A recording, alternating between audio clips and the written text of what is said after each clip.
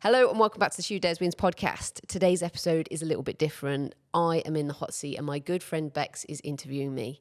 In today's episode, you're going to learn exactly why I started the show, how I managed to pivot my career from construction and find purpose and build this very show that you are watching today, and everything that came along the way, the ups, the downs, the fails, and the big wins. Let's get into it. Hello and welcome back to the Shoe Dares Wins podcast. And my guest today is Bex. No, it's not. Damn it. I am not your guest. Okay. We're going to turn the tables. Okay. So I need to sit in that chair. All right. Let's do it.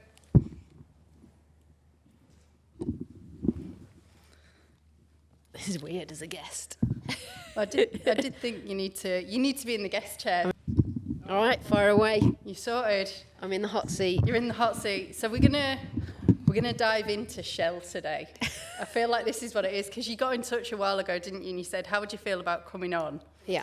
And having a chat with me. Yeah, because I feel like the show's been going now 18 months and there'll be a lot of new listeners. Probably don't know my background, don't know me. And my ego says you should.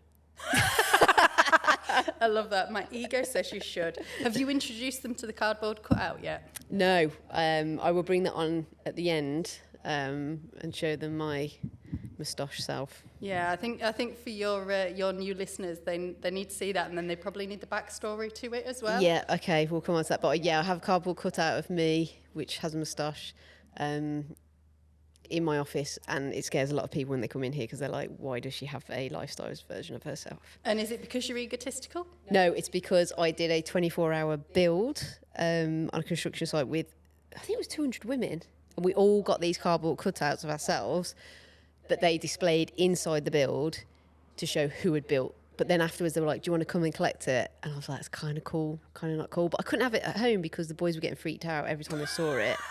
They were like, two mums. Yeah, it's scaring me. So it's in the office, and I don't explain it to a lot of guests, so they probably just think I'm really weird. Well, I mean, I think it confirms that I am really weird. That you're really weird. Right. But okay. Boring. Normal would be boring, wouldn't it? Yeah, it would be boring. Yeah. But you say that you did a build, but it wasn't just a build, was it? It wasn't like you spent 3 months with 200 women. No, sorry, it was 24 hours. 24 hours. Yeah, 24 hours on a wooden build. From completely. Yeah, it was just the frame, not putting any kind of dampener on it, but it was epic. It was I love in the shifts. fact that you immediately played that down. It was just the foundation. No, it wasn't. Typical female style. It was just a frame. It was just a frame. It was incredible. So what, like your normal garden shed? Are we talking 200 women to build a 4x3 metre shed? No, it was a big barn, I think they call it, in Leeds, and then it got deconstructed and put. Actually, I don't know where it is now. But it was 24 hours and they had a festival in it. And then at the festival, lots of people came. I think I did a little talk. It was good. Nice. Yeah. And I've been thinking about this because you always ask your listeners how they've dared and won. Mm-hmm. And I think we do need to ask that. But I was also thinking, probably do need to ask that, particularly if you think you've got some new listeners who maybe haven't heard some of those stories. But actually, you talk a lot on your reels and on your Insta about stuff that you have done. And I know that we've had lots of conversations about how to phrase it. The interesting choices you've made. Michelle's questioning her life choices. Yeah. Well, do you want me to kind of give a backstory to... Not just yet. Oh, okay, right. There's a format. For anyone listening, Bex thinks through things like this, so this is not just a habit. I can see she's put thought into this. Go on then. Yeah, this morning when I was coming back to work, I was like, what am I going to ask Shell about? And actually, I thought it'd be almost more interesting to know if there was anything you'd said no to that you regretted. Because I feel like you say yes to a lot of... You're almost that person where you get asked to do a challenge, someone gives you a stupid suggestion, and you jump in with 2 feet, which is brilliant.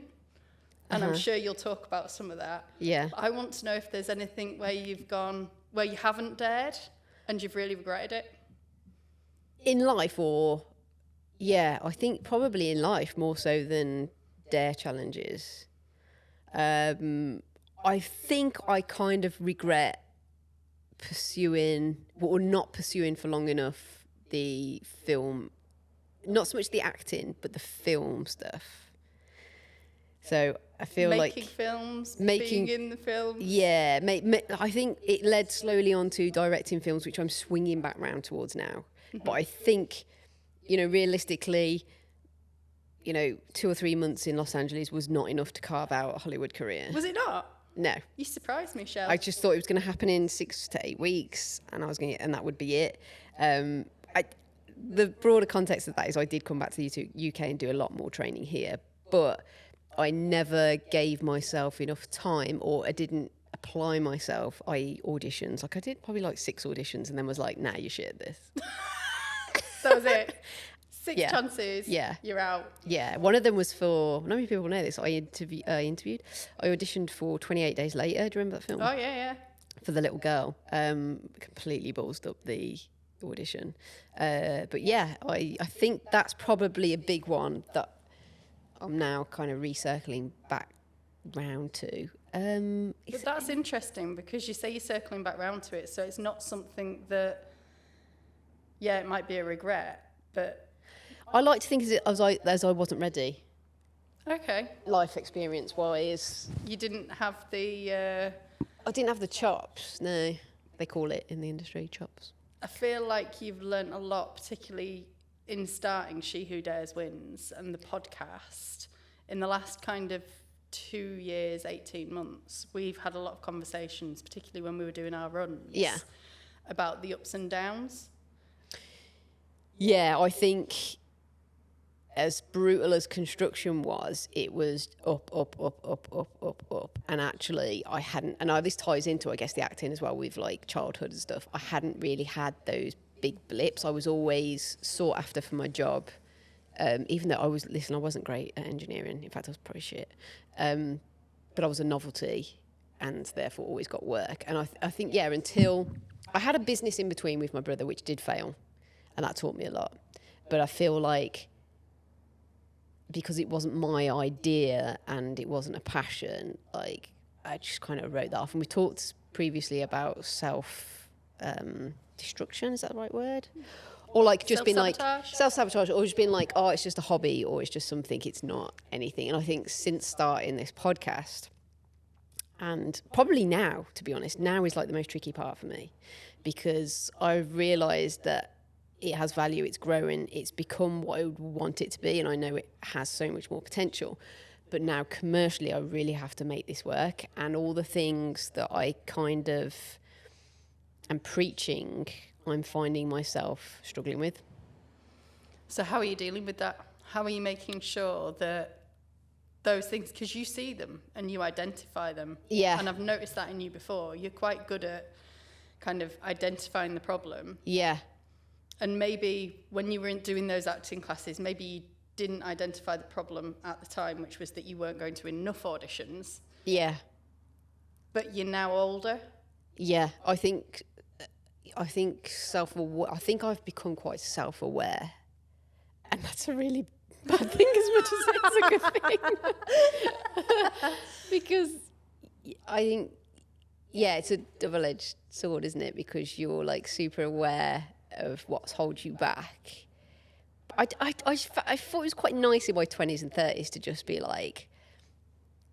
stuff hasn't happened because just stuff hasn't happened, and not really put that much thought to it. So I don't know if it's any better now to over analyze things. I think the social media aspect hasn't helped because there's metrics. Anyone that starts a podcast, they're told you put one out every single week and it will not go anywhere for 3 years.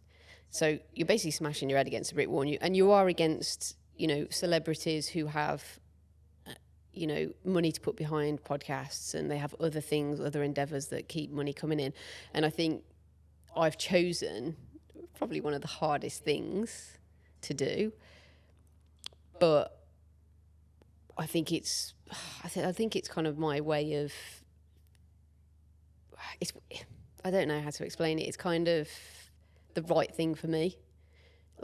I'm very easy at going, that didn't work because of X, Y, Z. And I've picked the hardest thing to just be and I think I'm testing myself with a bit of grit.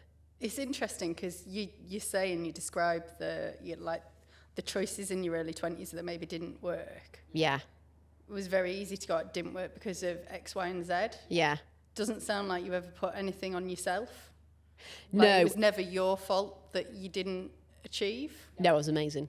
No, do you know what I think it down to? I said this, I had a chat with a new mate this week, and we're going to do a collaboration on an event for Shoe Dares Wins.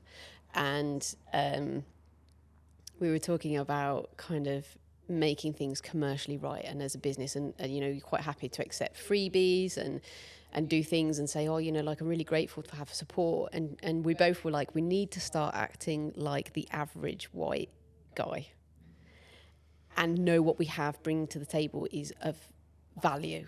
Mm-hmm. And we have to start acting like that. So we were talking about, obviously, the event's going to be ticketed and there's going to be a price attached to that. And I laughed and I said, it was weird because when I was in engineering, I overcharged, like, for my ability. And I kept just going up in and up in and up in. And I think that was because I didn't really care. Okay. Whereas, and it's so counterproductive. I so care about this show, and it has to work financially for it to continue. So there is more emphasis on it. And yet it's the hardest thing to do. And you seem to have kind of got older and more aware, more self-aware, more self-critical when it doesn't achieve. Yeah. So it's become your fault rather than something else. Yeah. You haven't done enough.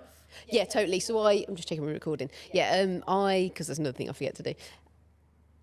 Yeah, I don't know if it's because the stakes are higher, because this means so much more to me, or because I am now solitary working, and this whole thing is me. Like, there's no other people behind the scenes. Like, there's a few that chip in and help out, but like, really, like, yeah, like, it's got to be me. Mm-hmm. But maybe it doesn't, because you look at timing for things and you look at I don't know, but it seems like there's a huge weight that didn't exist before.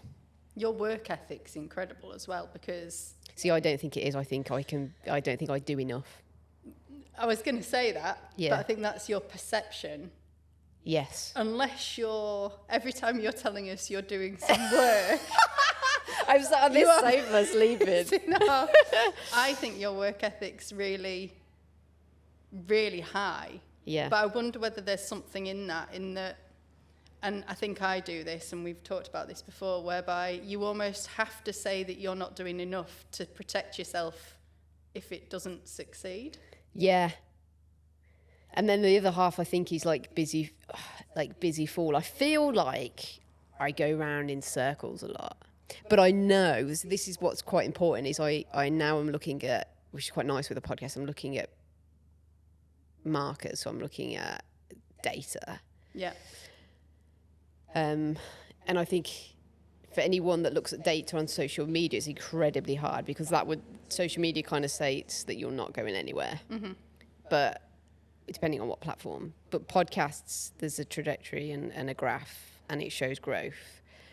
And from a business perspective, I think finances shows growth. So it does help, but I don't, there's some weeks where I need to look back and be like, oh shit, like this, like last week, you know, getting out a podcast involves 3 days, you know, the recording of, the editing, all the social media posts.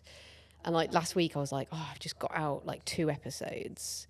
But then I spent 3 days in Norfolk filming a fishing documentary and kept my kids alive, well, with the help of my husband. You've got an amazing husband. Yeah. And then had a meeting and then booked in a live event for November. So sometimes I do have to have a quiet word with myself, because I'm like, yeah. I guess that's interesting, because I think that's something that we both do, and I guess for your listeners, a lot of them probably do, which is you can get yourself really hung up on the tangible product. Yeah. But you can't just have a tangible product. No. There has to be all the work around it. So Yeah, like people just see the end result, but I also just see the end result. Yeah. Like I don't see the absolute grind. I don't see the relation. That's the thing that I don't put enough value on. I'm working So how do towards you change that? is the relationships. I don't know. I think you just have to catch yourself. Other people help because when people say, fucking hell, like every now and again someone will go, fucking hell, like you've done shitloads this year, or you've done, sometimes that helps. Do you ever timetable any time in to do that kind of reflection? No, who wants to be left with my mind? Absolutely fucking not, mate. I am the world's worst. Yeah. I think this is where probably a business coach would, or a mentor comes in, which I'm currently on the lookout for, because I feel when somebody can relay that information back to you, you can absorb it. And my brother's great at this. Like we laugh because I'll phone him when I've had a wobble and he'll just be like, just keep going. Is the show growing? Yeah, just keep going. And I'm like, I hate that. That doesn't solve my problems, but it does. So yeah, I think there's also, if we're going to go therapy route into this, there's also, you know, I come from 2 successful parents. And I think if I'm going to be honest, like that's a big thing that's always sat in the background, even though they are, you know, immensely proud of what I've done already. I think, and that's crazy, isn't it? As a 41-year-old in 2 weeks, that you still put a massive amount of value on what your parents think. Like that's kind of weird. Huge. I mean, Yeah. I don't think you ever stop being their kid, do you? Yeah, it's so weird. I mean, I'm sure she won't mind, my sister-in-law had a tattoo last year. Did she hide it? She's over 50. She hid it. She was like, I would she's do. like, you can't tell my mum and dad, you can't tell my mum and dad. She's over 50. Well, she's 50. I'm sorry if she's listening. You've just outed her. I've just outed her. Well, no, because her parents then spotted it and she went on holiday this year and I saw the Facebook pictures and I was like, I'll take it you've told your mum and dad. And she was like, yeah, my dad spotted it. She texted all her friends at work going, my dad's just found my tattoo. Oh God, like you've been on an 18 to 30s holiday. And yeah. But it's mad how much of an impact our parents have on us, isn't it? And like you said, your brother, and I guess they're mentors in a sense, but you have had mentors, haven't you? Through I had a life coach who basically was like, I can't help you. Yeah, but actually that life coach did something really, really valuable, which was right before the podcast, where I was like, I don't know where I'm going and what I'm doing. I knew I had to leave construction. I highly recommend this to anyone. There's a series of questions, which I will put as a download link. I need to do that for listeners because it changed my life. But a series of questions that I emailed out to friends and family. And it was things like, what when you see Michelle at her best, what is she doing? And it was talking and entertaining. And I never put those 2 things as like my core value. I was like, who the fuck's going to get paid to talk and entertain? And I'm like, well, actually quite a lot of people. And I think that's where the acting swings in. Is like, I actually probably didn't want to be an actor. I think I liked this immersed creativity that it had, but the process of it wasn't great. Like it was the feeling of not being me for a bit, and it sounds really kind of like, oh, that's so sad. But it was being uber creative, not as me in this world. Whereas actually now, I'm much more comfortable being creative as me. Okay, so sat there as Michelle. Yeah, like I think that's like an acceptance thing. I think a lot of actors are drawn into acting because it's like an escapism and it's highly creative. Whereas what construction helped with is doing the YouTubes on a construction site. It made me more be creative with who I was, because you can't show up on YouTube being somebody else. It shows through, which is the massive positive thing of social media, and I think that's been great for me.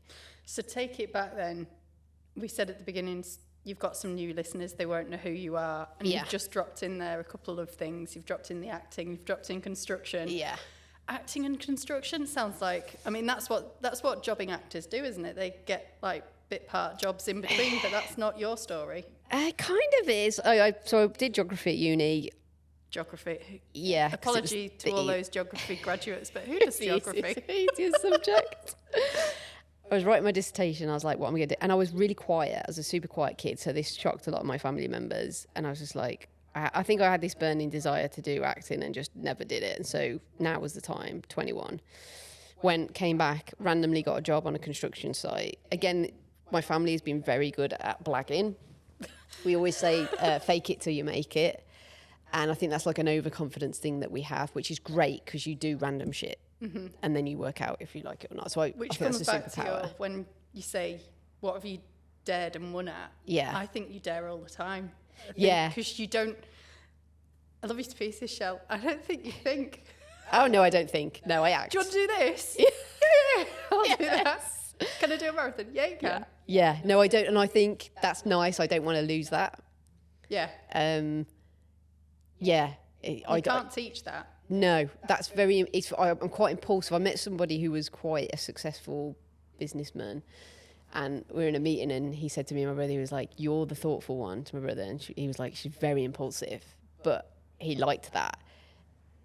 In that a lot of, I think, entrepreneurs are impulsive. Mm-hmm. It can be terrible in certain situations, but yeah, I think that comes from that. But I went back in, so I came back, I needed a job, got into construction, and I think that was acting, if we're going to look at it from an outside perspective. It's just you didn't get a job, so you had to do something else. I had to act in a job because I shouldn't have been in construction. You were acting. I wasn't a qualified engineer. Worker. I didn't do civil engineering. I came from a geography background, and I was faking it till I made it. And I made it because I just kept going and kept blagging, and eventually had this amazing career. And yeah, no, I think I loved the fact that it was novel that I was the only woman on site, and that's kind of makes you like, oh, you're the centre of attention, really. You know, I wasn't out there. Back to entertaining people. Yeah, I was the person, because it didn't matter what you looked like, you were just different on site, and I think I played on that. And then I just got sick of this creative side was always in there. So the YouTube videos were done on site. I was always writing stuff. I was doing film projects. So I did move into... When you were writing stuff, what were you writing? Oh, mate, I have like 16 notebooks full of... Of what, though? Film is it just film shit ideas. That's come out of your head? Mate, it is. Scares yeah, me. I can't show people that. I'd be locked up. It was weird. Like, I remember I used to drive a lot in my job, and I used to pull over and just write stuff, like film ideas, business ideas. Like, I could literally give you like 20 businesses that I could start So tomorrow. when are we unlocking this diary of all the film that, like, and just having like a real... I mean, there's some like genius stuff in there. Like, I think I've come up with some amazing businesses that if I had like someone threw a shitload of money at me, they'd be like, yeah. But that's just, that again is, what do you call that? Delusional. That's another great trait I think I have, is I'm slightly deluded. Yeah, I think that's slightly deluded. So over the years, and then the whole kind of burnout happened. Again, I think that's because I don't sit back and really assess what's going on in life. The burnout happened, and then I was like, right, this is it. It's now or never. And I don't know why I chose podcast. Probably because a lot of people... I do know now. Like, I loved on site just chatting shit. Mm-hmm. Like, I like chatting. Like, I like finding out about people. I like telling people stories. And that is ultimately what a podcast is. And so this gives you that? Yeah, it does. And then somebody was like... So, like, the social media stuff, I do love kind of entertaining on social media, because somebody was like, you're not on the podcast, you're asking the questions, so you're not necessarily entertaining. Yes. So then I was like, have I chosen like the wrong thing? Should I have been just me chatting? I was like, no, because it's two parts. It's two parts entertaining, but it's also, I'm very interested in people's life stories, which is why construction was amazing, because there was 1,000,001 different life stories. It's interesting because you get a lot of thoughts and observations from people, and I know what you're like with a bright shiny thing over here, mm-hmm. or a bright shiny thing over there, but you seem to manage to steer it back to still... Yeah. Sometimes. Yeah, that's a hard thing. I think when you're on the right purpose, so this is it, like, what I'm really interested in, and I want to help other women with, because I think it's one thing that I am good at, is is knowing at the right time to pivot and when to pivot, and stripping everything back to your core purpose, because I feel like I've really figured that out now, and I know if I'm slightly coming off, I know how to get back on a line. Whereas before, I think I went through a lot of life without knowing what the core purpose was. So since that kind of entertaining but also educating is the line, Yeah. I can now steer back to that when I go too And far your from. brother's quite good in that, isn't he? Because I know you've said before that you'll have conversations with him and you'll go, I've had this idea. Yeah, and he's like, stick to the podcast every week. Just the Although, podcast. hasn't he also given you ideas and then you've been like, Yeah, oh, hey, you're giving me this idea? Yeah. But so I would sometimes beat myself up. So this year, towards the end of the year, we're doing the live event. And then obviously I'm doing documentaries on the side, but it all leads into the same thing. It's the same vehicle. So I've tried not to beat myself up too much. I think when it comes to the daily management of it, yeah, there's only so much one person can do. If you look at it from a time perspective, it's only really physically possible for me to be doing the podcast like 3 or 4 days a week with 1 day spare. And that spare should be like business. Which is interesting considering about 10, 15 minutes ago you said you didn't do enough. Yeah. I think it's because I'm impatient. Like, I hate the fact that... Are you? Yeah. You do. That doesn't sound familiar at all, Shell. Yeah. Like, I hate the fact that I can't sit down and after 2 hours have edited a podcast, that it takes me, like, sometimes a whole day. And I think that's when you can bring somebody into your team to do something. I can't wait for that, but I know this is a rite of passage.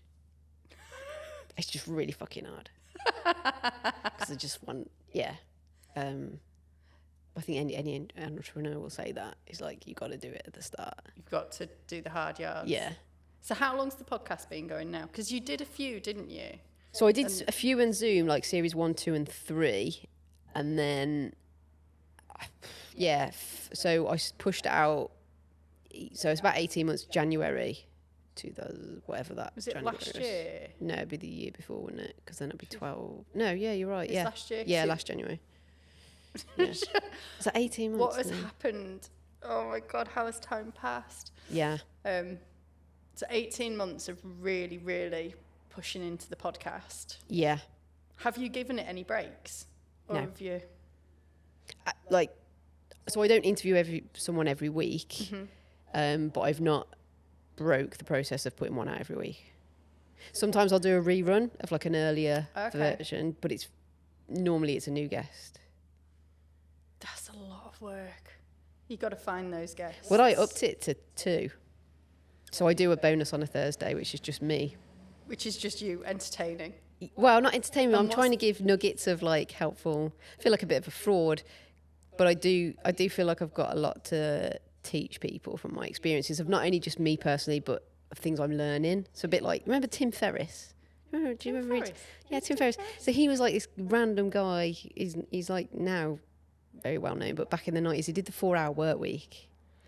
I feel like the 90s I was too young. But yeah, you're older than me. We basically went and interviewed loads of business owners and loads of celebrities and figured out like what are the key attributes to make things work. Okay. And I kind of feel like a version of him in that every time I have somebody on the sofa, I'm learning something from them that I can, if I do it well enough, piece together to help other women out there, because I see the same things that we're all kind of suffering from, but then I'm also seeing those who have overcome them. So that is really interesting to me. And I guess it's helping you in your business as well as helping others. Yeah. It to come. And I don't want to be like, I'm going to sell this, but I don't think it's going to be coaching, but I do want to bring something to the table that helps the audience, because I feel like ultimately they're listening in for the stories, but it's because also they want help a little bit with, and I think we've all gone through it, haven't we? Like, you get to a certain point in life and you just want to switch things up, and I feel like that's something that I've never been scared to do and could help others on that path. And I won't just say, you just got to keep going. And it's interesting though, isn't it? Because you said, like, so this whole She Who Dares Wins, like, encompasses that, doesn't it? Like, that's the whole point. Yeah. You got to give it a go and you've got to try, and Yeah. you might come out better for it. And that's why I was really interested to find out if there was anything that you'd not done that you wished you had. But it's ironic that you are coming back to doing exactly what it was. Yeah. Like, yeah. So you've never, for God's sake, Shell, can you just fucking regret Give you something? What do I regret? It's interesting because that's your mindset. And I think it's really interesting because over the last, particularly since we started running, not that she's been for a while, and I will say this on record when term starts again. We're back to Sunday morning runs. All right, okay. But yeah, in that time, you've had some really shit things to deal with. I mean, really shit. Like your Facebook account got hacked and your business account and the money wiped out. Like you've had... Yeah, Instagram got deleted because of the breast cancer post, yeah. Yeah, because you were advocating for a women's charity, which is uber important, and the algorithms thought it was obscene. Yeah. Ridiculous. I mean, Facebook. Some of the things that you've had to deal with, and you rock up and there'll be a text on like our WhatsApp group or something that'll like let us know that this calamity has happened. And I don't know whether it's just... Car keys come to mind. I was telling somebody else about the car keys. Skegness. I had the best 4 hours sleep of my life. Wow. That extra night. My Garmin told me I got 4 hours deep sleep that night we got stuck in Skegness. I'll be forever grateful to you for losing your car keys. And to your father-in-law for picking us up. Yeah. A pickle. But it's just... I don't know whether it's you or whether you put on a facade. I don't feel like you are the sort of person that really puts on a facade, but the way that you handle those really shitty situations, it's actually really positive. Like, yeah, I love crisis. I love drama. My brother always says, "It's like you love drama." I'm like, yeah, I do. You relay the story, which you're in the middle of, while also pissing yourself, laughing. Yeah, because I know, like when I'm going through something. So we discussed. Just briefly before this podcast, that I filmed a documentary with Ash, the female fisherwoman, and I was 14 hours out on a commercial boat, and I knew that if me and Zoe is the lovely camera lady, she's more than camera lady, we're joint filmmakers, if we were going to be ill, it was going to be so hard to film this documentary. And also we've never been on a commercial fishing boat, and it was really dangerous. It was stupid, but I wanted to make this film. So we got on the boat and I started to feel really ill, and Zoe was sick, and it was all going to pot. And I remember looking out on the horizon, because you have to focus on the horizon, and like just absolutely wanting to vomit with it, and knowing that I got to be out there for another 10 hours. And I wanted to get out the camera, and I couldn't. That's how bad I was. But I wanted to get out the camera to film. We've got shots, random shots. But I was like, I know this is going to make for a great story. And that's always in my head. Is like... story, and I think that's a key thing to everything that I've ever done. Is I'm like, this will be a great fucking story, and it is. Like it's ridiculous. It's a story for another day, but it is. And I think a lot of things that I've done, make for. Sometimes, like I have a book written. Well, I have half a book written of like from. Of course you do. From university to probably starting this podcast on the experience on site, and I've never put that forward to a publisher or anything, maybe because I don't have the fucking time, but B, because I'm like, I don't think anyone would believe this shit. You know, like the experiences that I've had. You do. Who loses the keys the first night in... Well, no, people lose the keys, don't they? Do you know what? That didn't define my character. I know it does, because it was absolute calamity and chaos. But I was laughing the other day at, you know, when I asked somebody for some shampoo? that defines my character, I think, a little bit more. So we were stopping in some cabins, weren't we, in Butlins? Yeah, and we only knew, there were 6 of us that knew each other. There was 20 people altogether, weren't there? Yeah, and then like another group that we didn't know, but we just knew through association. So complete new people. Yeah. All lovely, lovely people. Yeah, very much so. Brilliant weekend. Yeah. Shell forgets their shampoo. But did you even... No, I didn't pack shampoo. No, but did it... My mindset is somebody's going to put shampoo. It's 24 people, someone's going to put shampoo. Yeah, but was there not someone in our... Surely someone in our little cabin had brought shampoo. Did you even ask any of us? I don't know. Either way, you asked someone. It's not like I would have wanted a special shampoo. Like I literally would. I would like. I would have wanted a special shampoo. Yeah. I don't know. But you asked in the other cabin, didn't you? Yeah, so I What went to the other happened, cabin Shell? and it was just like, does anyone have a shampoo? Jen was in there, who we do know. And they were like, yeah. And then somebody went to hand me the shampoo bottle. But I was like, they're going to need that because none of them had showers. So I was like, I just put my hand out. And they were like, what are you doing? I was like, we just put the shampoo in my hand. And I was in my pajamas. So they were like, but then what are you going to, you've got to get, like, what are you doing? Just take the shampoo. And then I got really defiant and I was like, no, just put the shampoo in my hand. And I remember this girl who didn't even know me, she was like, one of them was like, I totally get you. I totally get you. The other one was like mortified. So it put it in her hand. And then everyone was like, you're not, it's a bit like the marathon. Oh, you're not going to be able to do anything. Like, you're wearing a hoodie. Like, what are you doing? So I think there and then I just put it on my head, didn't I? You put it on Yeah, your I just head. put it on my head and was just like, there you go, I've got rid of the shampoo. Like, it's on my I head. can now get dressed. I can now get dressed. Like, I'll figure it out. And I think that's always been a thing, is I'll figure it out. Like, also You're just defiant. Me. Defiant. If I can figure it out, even if it kills me. Like, I mean, yeah, that would. I'd like to say that was definitely the marathon. Do you think defiance got you around the marathon? I know you did. Like, I'd have jacked that shit straight off the bat. Like, I think the marathon was really hard mentally. I think because I'm impatient. It's a long slog. You were really impatient. Yeah. Like having- where's the fucking finish? I remember going for a run on like the first time, and you'd be like, "Yeah, I've never really run before." Yeah. What was the furthest you? Well, last year I might have run like 5K was 5K. 5K is the furthest I'd ever ran. And then you were upset one day when we tried to do 10K. Like, I don't know, it was only maybe 2 months in, and you were like, you couldn't do it. Like, Yeah. it wasn't that long in, and it was like, mate, you're Yeah. like, I nearly died doing that 10K. Yeah. I'm never going to manage a marathon. It's like, you don't have to do a marathon tomorrow. We've still got 4 months of training to go. Yeah. I don't know if that's impatience or like. I think there's a credit It's your in hubris. It's you thinking that you can do everything without Yeah. even learning. the process. That sums me up. You go to you can succeed, Yeah. and it's this. Oh, this was like my niece totally off yesterday, trying to do like.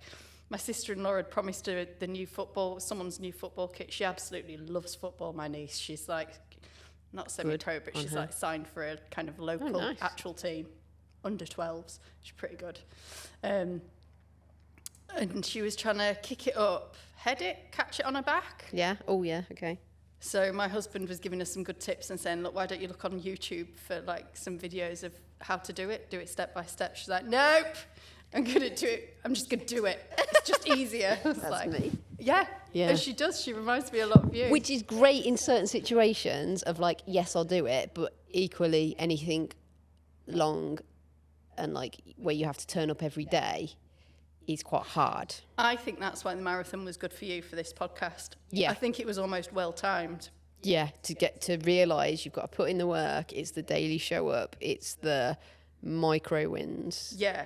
Because there were definitely times on those runs where I remember kind of talking to you about that, and you were having up and downs with the podcast, and it was like, how long do you keep going before you give up? Yeah.